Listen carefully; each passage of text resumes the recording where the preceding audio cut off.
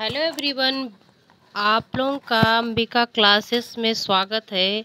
आज मैं आप लोगों को एडजेक्टिव अर्थात विशेषण जो है पर जिक्र करूंगी, चर्चा करूंगी कि क्या है विशेषण। हिंदी में विशेषण क्या है, किसे कहते हैं, इसकी विशेषताएं, इसके जो है कितने भेद हैं।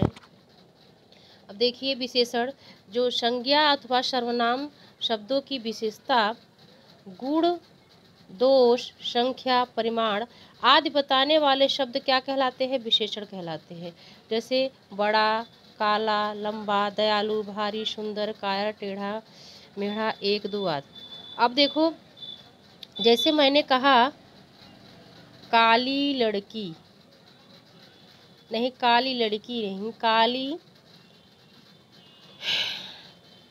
काली बकरी ना। तो ध्यान दो कि जो काली है ये क्या है? विशेषण है। क्या है ये विशेषण है। और बकरी क्या है? ये विशेष्य है।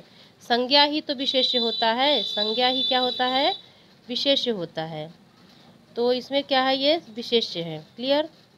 उसके बाद देखिए, विशेष्य अर्थात विशेष्य किसे कहते हैं? जिस संज्ञा अथवा सर्वनाम शब्द की विशेषता बताई जाए। जिस संज्ञा अथवा संज्ञा हो या सर्वनाम हो। अब संज्ञा क्या है? नेमिंग वर्ड क्या है? संज्ञा है। और जो संज्ञा के स्थान पर प्रयोग किया जाता है उसे क्या कहते हैं? सर्वनाम कहते हैं। की विशेषता बताई जाए वह विशेष्य कहलाता है।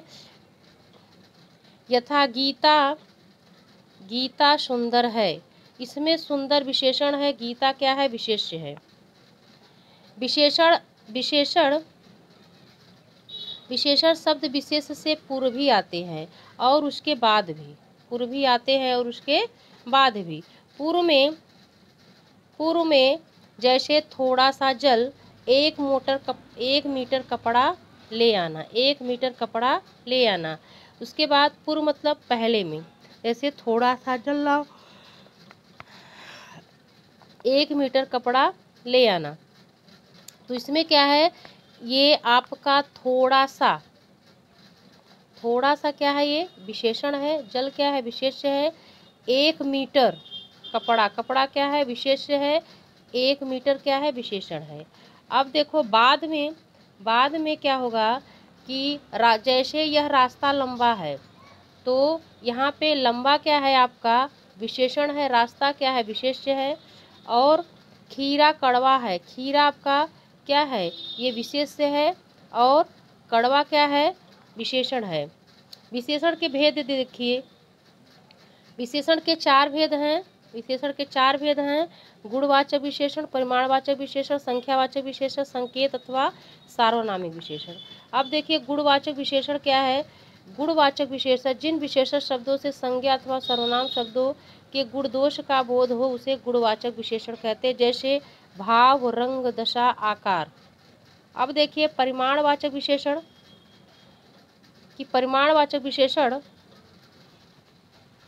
जिन विशेषण शब्दों से संज्ञा या सर्वनाम की मात्रा अथवा नाप तौल का ज्ञान हो उन्हें हम परिमाणवाचक विशेषण कहलाते हैं। वे परिमाणवाचक विशेषण कहलाते हैं। परिमाणवाचक विशेषण 2 भेद होते हैं। परिमाणवाचक विशेषण क्या है? जिन विशेषण शब्दों से संज्ञा सर्वनाम की क्या मात्रा अथवा नाप तौल होता है। जैसे आप कहते हैं ना कि 1 लीटर दूध, कुछ जल, तो कहने का मतलब है एक निश्चित परिमाणवाचक विशेषण होता है, एक अनिश्चित परिमाणवाचक।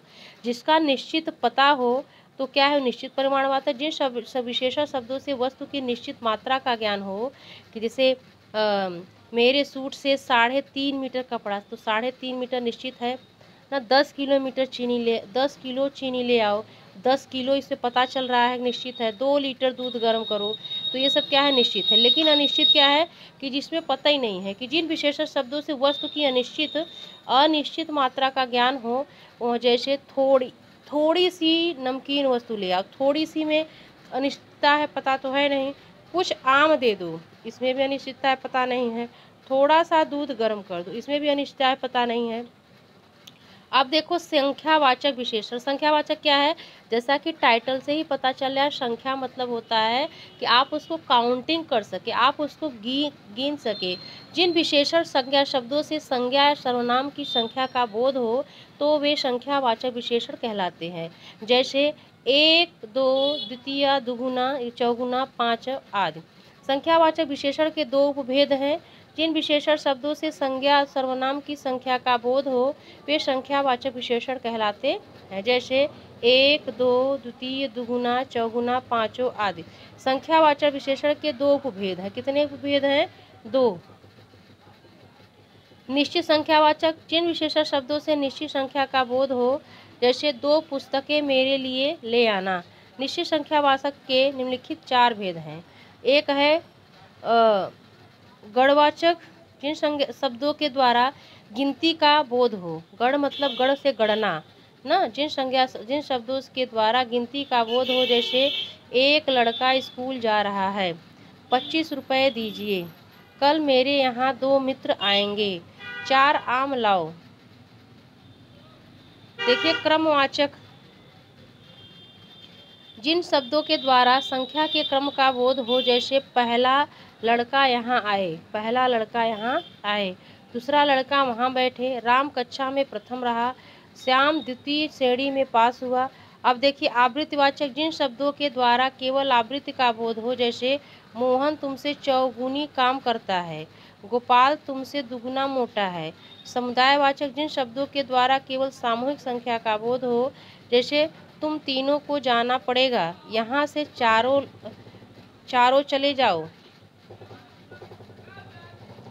अब देखिए अनिश्चित संख्यावाचक। जिन विशेषण शब्दों से निश्चित संख्या का बोध न हो, जैसे कुछ बच्चे पार्क में खेल रहे हैं। अब देखिए अनिश्चित संख्यावाचक है कि कुछ पता चल। देखिए संकेतवाचक विशेषण। संकेतवाचक। जो सर्वनाम संकेत द्वारा संज्ञा या सर्वनाम की विशेषता बतलाते हैं वे संकेतवाचक विशेषण कहलाते हैं। विशेषण की अवस्थाएं हैं। विशेषण शब्द किसी संज्ञा सर्वनाम की विशेषता बतलाते हैं।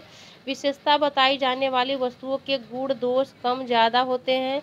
गुण दोषों के इस कम ज़्यादा होने की तुलनात्मक ढंग से ही जाना जा सकता है। तुलना की दृष्टि से विशेषणों की निम्नलिखित 3 अवस्थाएं होती हैं।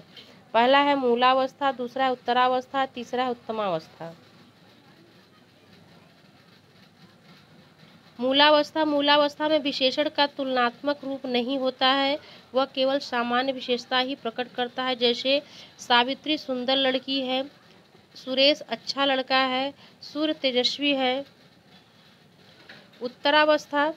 जब दो व्यक्तियों या वस्तुओं के गुण दोषों की तुलना की जाती है तो विशेषण उत्तरावस्था में प्रयुक्त होता है। रविंद्र जैसे चेतन से अधिक बुद्धिमान है, तो यहाँ पे कंपैरिजन हो रहा है, तुलना हो रहा है।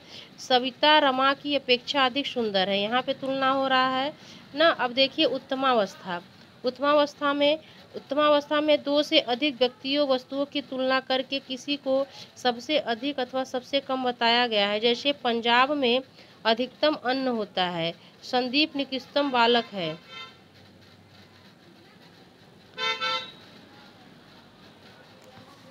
आपका ये विशेषण का जो है खत्म हो गया इस वीडियो में। Thanks for watching my video.